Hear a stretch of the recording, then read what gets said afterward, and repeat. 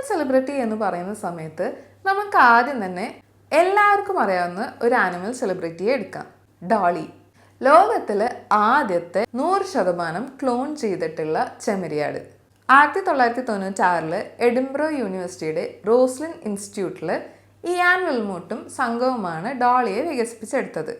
ഒരു അണ്ഡകോശം പോലും ഉപയോഗിക്കാതെ സൊമാറ്റിക് സെല്ലിൽ നിന്നാണ് ഡോളിയെ വികസിപ്പിച്ചെടുത്തത്. മനുഷ്യരിലെ ക്യൂരിയോസിറ്റിയെ പോലെ തന്നെ ഒരുപാട് ആശങ്കകളും ഉണ്ടാക്കിയ ഒരു സംഭവമായിരുന്നു ഡോളിയെ ക്ലോൺ ചെയ്തെടുത്തത്.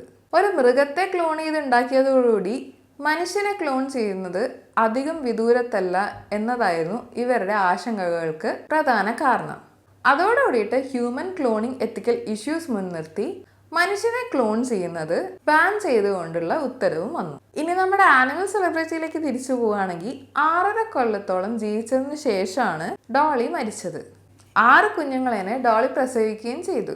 ഡോളി മരിച്ചത് ഒരിക്കലും ക്ലോണിംഗ് കാരണമുള്ള ബുദ്ധിമുട്ട് കൊണ്ടല്ല, ശ്വാസ സംബന്ധമായ ബുദ്ധിമുട്ടുകളും ആർത്രൈറ്റിസും കാരണം ഡോളിയെ യൂത്തനൈസ് ചെയ്യുകയായിരുന്നു.